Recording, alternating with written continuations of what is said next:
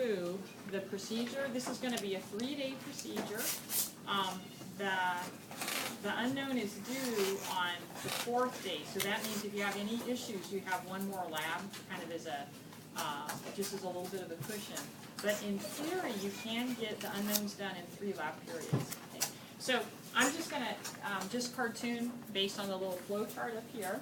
So what we're going to do today is we're going to have you use excellent aseptic technique to streak your agar plates for isolated colonies. Now the reason we're having you use 4 plates is that you'll streak each unknown onto 2 plates. And it's just, 1 plate just acts as a backup. This just increases the chance that you get 1 plate that has nicely isolated colonies. Let's say one of your plates ends up being contaminated, you'll have a second plate hopefully that's not contaminated. So you'll streak your A onto 2 plates, and remember the goal is isolated colonies. So you want to use the 4-quadrant technique. You're only going to take 1 loop full of rock to inoculate quadrant 1, and then you're going to flame your loop and drag cells from quadrant 1 to quadrant 2, flame your loop, drag cells from quadrant 2 to quadrant 3, etc. Okay? And remember, you guys, if you can't quite remember, just use your lab manual, go back and review the technique in the lab manual, okay? Because you can do that. It's all right. So you'll streak your A to 2 plates, and you'll streak your B to 2 plates. Okay, so excellent aseptic technique, and want to make sure that you flame between your quadrants. And again, the goal is to get isolated colonies. So today it's not going to be that hard. This is going to be the primary activity today. But what you want to remember all the way through is to label everything. And remember your labels are going to have the unknown number and letter on them. They'll have your name, the date, and the lab section. So we want to make sure everything is well labeled. And just so you all know, in the past, we've actually gone to the incubators and checked for labels. Okay, so labels are always really important in microbiology. So you want to make sure the labels are complete. You want to make sure that the labels go on which one of your plates? Let's see. On the bottom, right, where the portion that contains the agar. Before you incubate them, you want to tape the top to the lid, okay? And you want to invert them when you put them in the incubator. Now we've got a problem, guys. The next step in this procedure after your bacteria grow on your agar plates is day 2 next week. You are to perform gram stains. Now, what kind of a problem do you see? Today is Thursday. It's going to be Tuesday before you do gram stains. What's the problem? Old cells. Yeah, I mean, so that's going to be so hard. Your gram positives might be breaking down. Your gram positives might give you false gram negatives next week if we just let them sit in the incubator all that time. So this is what we're going to do. In the 30-degree incubator, we're going to put 2 trays. And one of the trays, I'll just use the Monday, Wednesday section. One of the trays will say to be refrigerated, and the other tray will say to be placed at room temperature. Now, what we're going to do is have you place 1 set of plates. So you'll put 1 of your A plates and 1 of your B plates on the to be refrigerated tray. And then you'll place the second set, 1 of your A plates and 1 of your B plates on the to be stored at room temperature tray. What we're going to do is tomorrow, after 24 hours of incubation, we'll pull your plates from this tray and we'll put them in the refrigerator. The second tray we're going to pull and just let it sit at room temperature. Now the reason we can't refrigerate all of them is we have like 8 lab sections and we don't have enough refrigerator space. But we'll at least get some of your plates refrigerated, and hopefully that will slow down their growth and that will help maintain the integrity of those gram-positive cell walls, so you'll be less likely to have false gram-negatives next week. Now, I'm going to put up here, just to remind myself, and if I can forget you guys, remind me at the end of this introduction to talk about the optional 3% potassium hydroxide test. This is a test that you can run as an optional test to confirm your gram stain results. Okay, it's not to replace the gram stain, it's to confirm your gram stain results. And so I'll we will talk about that at the end of this intro. Okay, so then, this is day one. So we're gonna streak for isolated colonies. So today it's gonna be pretty simple. Okay, and then day two, on day two then, hopefully what you'll discover when you pull your plates, there's two things we're hoping you'll discover. First of all, we're hoping you'll discover that your plates are pure, that is, they haven't been contaminated. And the second thing we're hoping that you'll discover is that you did get isolated colonies.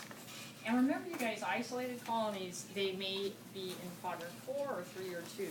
Doesn't matter as long as you have isolated colonies. Now, here's something to remember.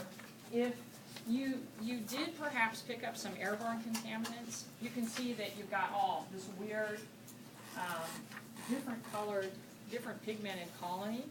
If you only have 2 or 3 contaminating colonies, I'm not going to mark you down wrong, okay? But what I'd like you to do, and here's a good example on this plate.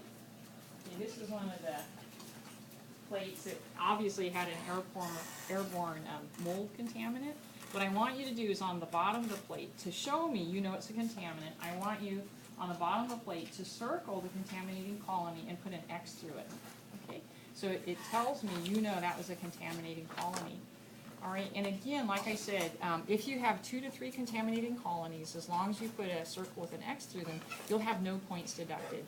If you have a lot of contamination, you guys, it's best probably to re-streak, and you will have a few points deducted for having to re-streak, but it's far better than ending up identifying a contaminating colony, and that happens every semester. Folks go to a lot of work, and they end up identifying some airborne contaminant, okay? Okay, so what you'll then do on day 2, okay, so we'll pretend that that's our contaminant, we don't want to do that. You're going to choose one of the really well isolated colonies, and you're going to describe the colony morphology using all the conventional descriptions that we discussed in lab. And on your unknown report sheet, you will see that one of the observations there, it says description of colony growth. You can see all of the colony features you're going to describe. You're going to measure the diameter and report it in millimeters. So remember, you guys, if you put size of the colony small, it's like that's not going to do it. You're going to get points taken off. You need to make sure you use your metric rulers, and you're going to measure the diameter, and I'll just pretend this is my colony. You want to make sure that you're measuring the diameter by placing your ruler on the bottom of the plate and recording the diameter in millimeters. So if you're still confused, what are millimeters, what are centimeters, make sure you get that squared away, right? So you don't end up using the wrong units. And then you're going to describe pigment, shape, margin, elevation, texture, appearance, optical properties. And again, if you forget what those are, you can go back and review your notes, okay? After describing your well-isolated colonies, then you're going to choose, you can choose the same colony, you can use another colony. You're going to use aseptic technique and harvest cells from one of the well-isolated colonies, and you're going to make a smear. You'll dry it, you'll heat fix it, and then you're going to gram stain it, right? So you're going to gram stain. And this is probably going to be the bottleneck, you guys. I was sharing with Professor Thomas, this is usually the bottleneck, is that, you know, we only have the few gram stain stations, so that's where we're going to slow down. And of course it's important, you have to gram stain your cells before you can decide who's gram positive and gram negative.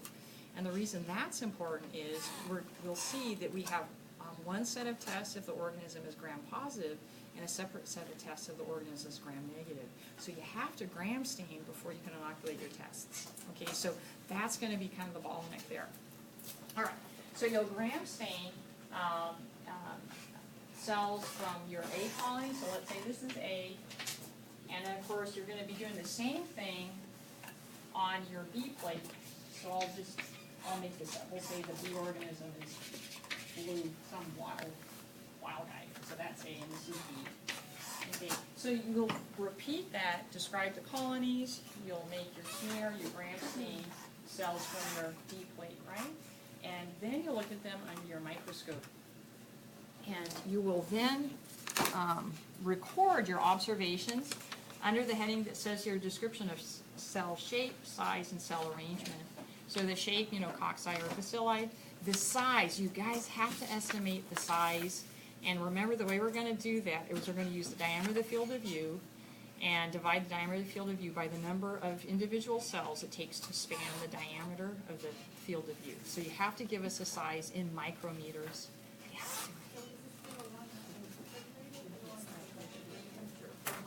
Oh, okay. Oh, that's a great question. Okay, so you only need to do it from one plate. And my thought is the plates that have been stored in the refrigerator, the gram positives will probably be in the best shape. So I would recommend you do it from the refrigerated plates. Okay, the room temperature plates, like we said, those will be backups. If, say, the refrigerated plates, maybe by some coincidence, both of them end up being contaminated, but the room temperature plates aren't contaminated, then definitely use the room temperature plates. Does that make sense? Okay. All right, good. So you can go into gram stain on your beef, and this is probably the most important decision, you guys. You have to decide who's gram negative and who's gram positive, okay? And again, at the end, we'll talk about this optional 3% potassium hydroxide test that will help you confirm who's gram negative and gram positive. Okay, so still on day two. Okay, so day 2 here, you see that's a busy day. That will be next Tuesday for us. You can see after gram staining and deciding who's gram positive and gram negative, now you're ready to inoculate your metabolic tests. And this is a point where folks get really confused. So I'm gonna force you guys to help one another right now to make sure you know where to find the test, which tests you're gonna inoculate. So in chapter 22, in my version, it's on page 183. And in bold and underlined, it says to identify your gram-negative organism. So will everybody please turn to their lab manual, chapter 22, and find the page, and like I said, in mine it's page 183, where it says to identify your gram-negative organism. And let's please have everybody do this, okay? Because we don't want you to get mixed up next week. And what I'd like you to do right now is, with your partner or with your team, make sure everybody sees where it lists the metabolic test you're going to inoculate your gram-negative bacteria in. So let's just take 2 minutes, and you make sure everybody in your team sees where that list of metabolic tests for your gram-negative bacteria is located. Okay, so let's take 2 minutes to do that, you guys. And remember, this is the last time you can help one another, so make sure you're helping one another. Yeah, got it, I got it, yeah. Because we're gonna come back for day 2, right? Mm-hmm. Right. Let's talk about after day 1. Yeah.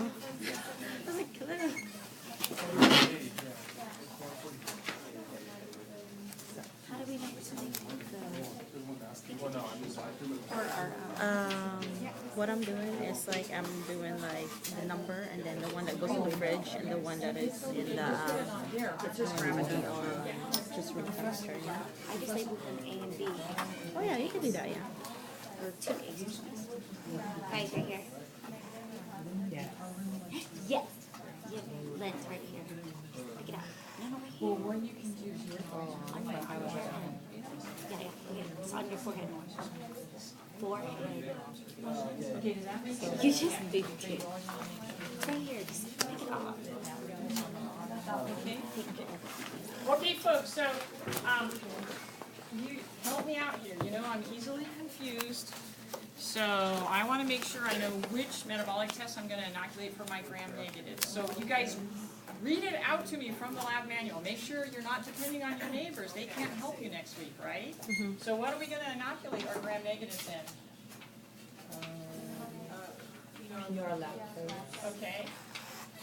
Indole dry slide, Okay. Simmons citrate, Okay. TSI, Okay. methyl red, Cool. and VP. Good, okay. Now this is how it's going to work, you guys. You know our poor community colleges, we are so broke, right? So because of that, I'll come around next Tuesday and I'm going to hand you only one of the media that's to be inoculated. So I'll tell you this, you know, this is what this is. I'm not going to tell you who you're going to inoculate it into. but you'll need to make sure that you have your labels ready to put the appropriate label on the appropriate media. Now, what's important for you guys to do is make sure you know how to inoculate these tests, right? So you want to know how to inoculate PR lactose, citrate, TSI, MR, and BP. You want to know how to incubate them, which temperature you should incubate them at. And so important, you guys, this is a common mistake. You need to remember which of the media must you add reagents to after incubation. So of these guys, which ones require you to add reagents after they've incubated? Methyl red and VP. And every semester on unknowns, folks forget. They forget to add the reagents, so they'll end up with goofy results. Okay? All right. Very good. And also, the TSIs, remember, how are you going to inoculate TSIs? Stab and streak. Right? Yeah, right? So you have to remember to stab the butt with your needle and then streak the surface. Good, you guys. All right. Okay, very good. Now the next thing we're going to do is do the same thing for our gram-positives. And even though there are fewer tests for the gram-positives, it's a little bit trickier deciding what you're going to inoculate. So if you guys will turn to the next page, on my lab manual, it's page 185. At the top it says to identify your gram-positive organism. Do the same thing. Take 2 minutes to make sure everybody in your team knows where those tests are listed. Make sure everybody knows which tests will be inoculated for the gram-positives. Okay, so just take a couple of minutes to make sure you know everybody in your team knows how to do that.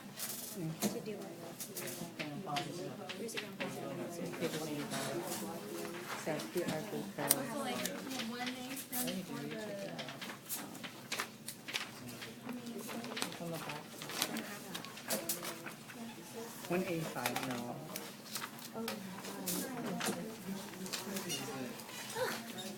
It was like a huge chip. Somebody took my 185. Where is it at?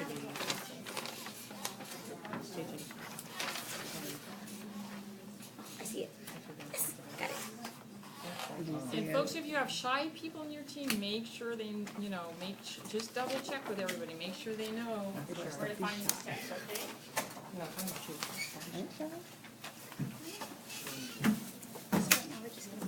Okay, so help me out, you guys. With the gram-positives, do I have to first look at cell shape before I know which test to inoculate? Yes. Yes. Okay. If I have ball-shaped purple cells, which test will I inoculate? What are these ball-shaped cells called? Cocci, right? So if you have gram-positive cocci, which tests will you inoculate? 2. Oh. Okay, and just tell me what they are. PR. Glucose. PR what? Glucose. Glucose, good. And anything else? catalase test. What's the reagent for the catalase test? Hydrogen. Right, 3% hydrogen peroxide. So remember, you have to know what reagents you use. Good. What if instead you have a purple bacterium that looks like a sausage? What do we call those guys? Bacilli. Okay, what test do you run? Theoglycolate. Okay, how do you inoculate a theoglycolate? Stab. Okay. What is theoglycolate used to determine Anaerobic. anaerobic growth? If your organism can grow anaerobically, how will the tube appear after incubation? Turbid where? The bottom. In the butt, remember? Okay, so if your organism is positive for anaerobic growth, you're going to see turbidity, the cells growing well in the butt of the tube, in that anaerobic zone. Good, okay. Let's see here. Anything else for those guys? Very good. Okay, now what will happen, this theoglycolate, it's expensive to prepare, so what I do is have you guys, if you need theoglycolate, I have you come up to me, I have you tell me your unknown number and the letter that you think is your gram-positive bacillus, okay? And if you're wrong, you get some points dinged, but then we get to hopefully get you straightened out, okay, so you don't continue on the wrong path. Okay, so this one you'll have to come up to me and ask me for it, and I verify that you're correct before I give it to you, okay? All right. Okay, so then on day 2, then you're going to run these tests. Okay, so that would be next Tuesday for us, right? And since many of them have to incubate, that means day 3 is when you would read most of the tests, and you'd add the reagents when appropriate. Now, remember with the VP test, since those reagents are very toxic, if you're, if for any reason you don't want to work with those reagents, I'll be your robot. But remember, I don't know what to do, so I'll be your hands. I'll add the reagents, but you have to tell me exactly what to do. Okay? And do remember, you guys, with any of the tests in which you have to add reagents, make sure you all have your goggles on. And remember, the VP test we perform where? In a safety hood, right? We have full safety, your goggles, coat, gloves, and our shoes, okay? So we want to make sure that no one gets hurt. All right, so then on day 3, which for us would be Thursday, then you should be able to read your results. Now, here's a common mistake, you guys. You must record all the tests you run on your bacterium. So for example, on your gram-negative bacterium, how many tests will you record? 6. Even if you don't use a test result to end up identifying your organism, you must put all the tests that you ran. You describe the appearance, what color they are, where their bubbles were produced, and then the final thing there that says result, based on appearance, then you tell us, is it a plus, is it a positive test, or a negative test? So that data, those observations must be there for all 6 of the gram-negative tests, okay? And then depending on your gram-positive, you have to make sure that you have either the 2 test results, if you have gram-positive cocci, or only the single test result if you have glycolate. Okay. All right. And then it gets really fun, you guys. It's like a huge treasure hunt. When you have all your metabolic tests ready, next you're going to turn to your dichotomous keys. And I apologize, you guys. I'm very visual, right? So what I did was I took the dichotomous keys that are described in your lab manual, and let me just show you the source of this information. Back on the gram-negative page, you'll see after the description of which test to run, then there's a series of paired statements. It can be answered, each statement is answered yes or no. Okay, so this is the dichotomous key in text form. For me, the way I was taught using dichotomous keys in this picture form, and they still remain easier for me to use. So what I'll do is I'll describe how we use the dichotomous key in picture form, and then let me know today if you want to use the text form in the lab manual. I'll be happy to go over that with a group of you if you want. But to me, this is a little bit easier. Okay, it's probably just how I'm wired. Okay, so let's go ahead and take a look. You'll see on your dichotomous keys, there's 2 different sides. So make sure you're on the correct side. Let's say we want to do our gram-negative bacterium. Say you want to flip to the side where it says in bold type gram-negative bacteria, right?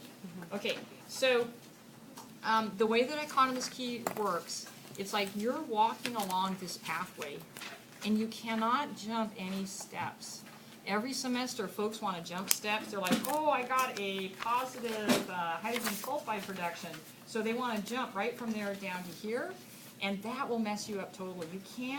You can't jump any steps. It's almost like you're this little micro person, and you have to walk along the path, and you can't jump at all.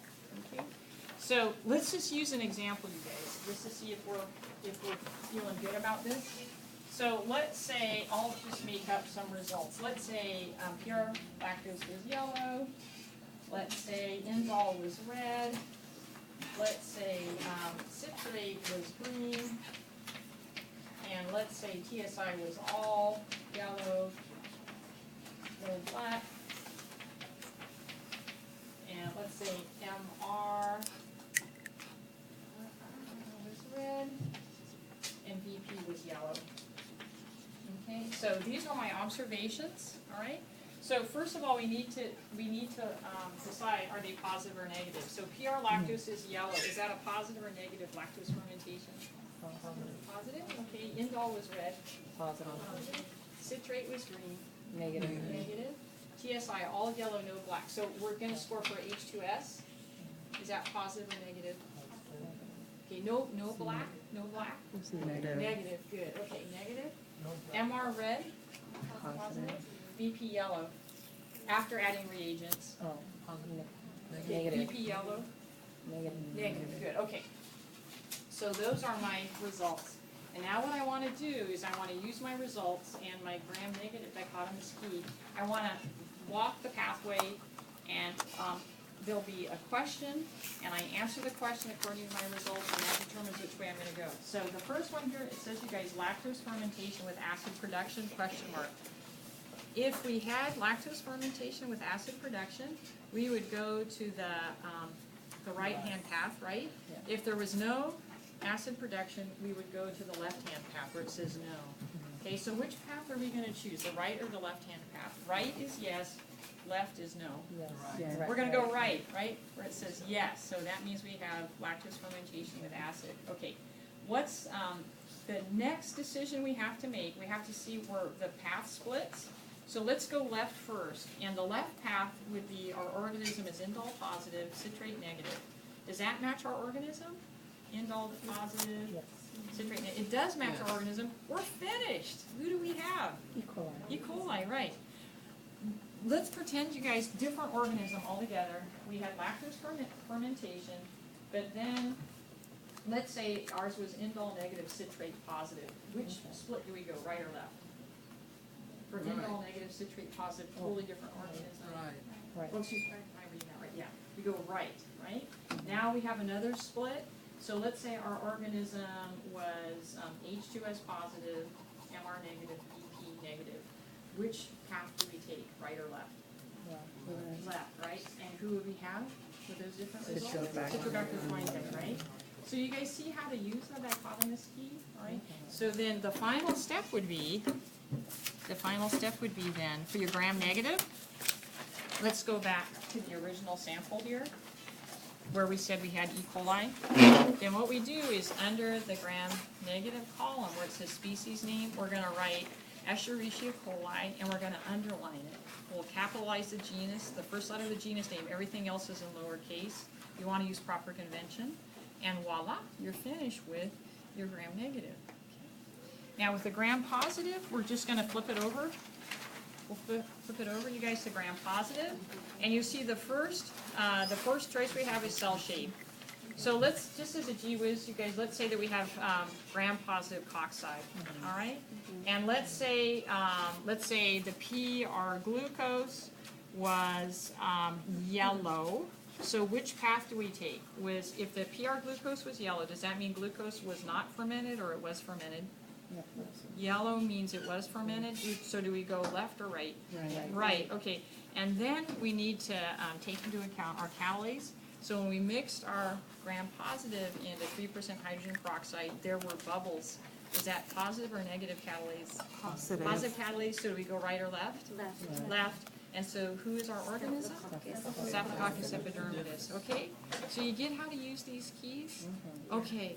And if anybody is not clear, today's the day to come up, and we can either go over this again, or you might prefer using, some people prefer using the paired statements in the lab manual, okay? So if you think you would do better using the dichotomous key, the text form in the lab manual, we'll just get everybody up that wants to go through that one, and we'll go through it together. Okay? Yeah, Octavia. There's no open lab, and what happened was we tried open labs before doing unknown, and it got really messy because folks from other sections would come in. I'd be in here, and they would be asking me questions and stuff, and it turns out like one person I misled, and they got upset because, anyway, so we just found out it was better not to have open labs. Oh, okay, yeah, I will be here. I think I have a budget meeting. So let me post on D2L tonight. I'll be here for office hours, but not for open lab, okay? And I'll post it on D2L tonight, okay? I think we have a budget meeting. So, okay, so now the other thing, you guys, is what are you gonna turn in? Okay, so at the bottom of the little cartoon here, it says turn in. Okay, so I would recommend you guys don't throw anything away until the bitter end. So what will you turn in? And the last day to turn these things in, excuse me, so we're starting next week. So we have the 17th. I think we're turning them in on the 26th, on like the lab number 4. What you'll be turning in is your unknown report. So that last page in chapter 23. Okay, and make sure it's all filled in, filled in properly. And then you're going to turn in your labeled gram stains. So you'd have 2 labeled gram stains. One would be your gram negative. And you make sure that you have nice labels. Again, I know it makes people crazy, but the unknown number and letter, your name, lab section, and the date. And then a gram stain is your gram positive. Okay, and so labels are really important. And then the last thing you'll be turning in is your best street plates. So 1 of your gram negative and 1 of your gram positive. So you'll only be turning in your best street plate. You won't be turning in all 4. Okay. And again, you guys, what's so important, you'll get dinged if your labels are incomplete. So make sure all of them are really well labeled. It's such an important part of microbiology that you have good labels. Okay. So then we would be turning that in on day 4. And what that does is it gives everybody kind of like an extra day. The bad news is, you guys, on the day we turn in the unknowns, what else is happening? The metrics exam. Yeah, oh boy, wasn't that nice? Yeah, okay, so kind of 2 important events occurring on that last day. Now today is the last day that I can help you with any technical information. Okay, so if you have any questions, today is the day to do it. And I know this is a long introduction, so I'll be quiet so you guys can get to work. But the last thing I wanted to share with you is this optional 3% KOH test. And we've got a little practice station over here for the practice KOH test. So this is affectionately called the SNOT test. And it's a way to confirm whether you have gram positives or gram negatives. Now there's some rules with this. You must use cells from solid media. And the reason is that broth, the concentration of cells, is too low to run this test. Okay, so you can't run the KOH test today on cells in your broth. There's not high enough concentration. It's a real quick and easy test to run. You just get a clean microscope slide, and you're going to put a drop of 3% potassium hydroxide on the microscope slide. And we have the potassium hydroxide up here. Be careful, you guys. Remember, people put wrong bottles in containers. So make sure you read and see that it says 3% potassium hydroxide, not hydrogen peroxide. Using aseptic technique, you're going to harvest cells from an isolated colony or several isolated colonies. You need a lot of cells. And you're going to mix the colonies in that drop of potassium hydroxide. And it's very important, you guys, you have your goggles on because the KOH will burn your eyeballs out, as your moms will tell you. You're going to mix your cells for around 30 seconds. And then what you're going to do is you're going to crouch down so you're at the same level as your slide. And you're slowly going to raise your loop right above the mixture. And what you're looking for is a clear, delicate little snot strand. It looks like snot. But it's not really snot. It's chromosomal DNA. It's the chromosome. It's been released from your bacteria because they've lysed, they've broken open. And the reason they've lysed or broken open is they have a really delicate little cell wall. So who do you think has a delicate cell wall? Gram positives or gram negatives? Who has just a thin layer of peptidoglycan? Gram negatives, right? So if you see that little mucousy snot strand, you know you've got a gram negative bacterium, right? So that would be our test results for gram negative. The other thing, of course, is that the cells have to be pure. If you have a mixture of gram negatives and gram positives, it's meaningless, right? So you have to have pure culture. Now, in contrast, if you were to run this on another bacterium, you mix it, you lift up your loop, and you see no little snot strand, there's no chromosomal DNA release, you know, wow, those bacteria had thick cell walls, thick layers of peptidoglycan, they didn't lyse within like 30 seconds. So no snot, no chromosomal DNA tells you your bacteria are what? Gram negative or gram positive? Positive. Gram positive, there you go. Okay, and now again, you guys, this is not to replace the gram stain, right? You don't use this to replace a gram stain. You use it to confirm your gram stain results. And so when this would be helpful is, let's say you are getting some gram variable results on your, like your gram positive, you're seeing both red and purple, you're sure it's pure, you could run the KOH test to verify, yeah, that really is my gram positive. I'm very confident it is. For those of you, it's totally optional, you don't have to do it, it's just a backup test. We do have a station here for you to practice. We've got the 3% KOH, and then we have 2 known bacteria.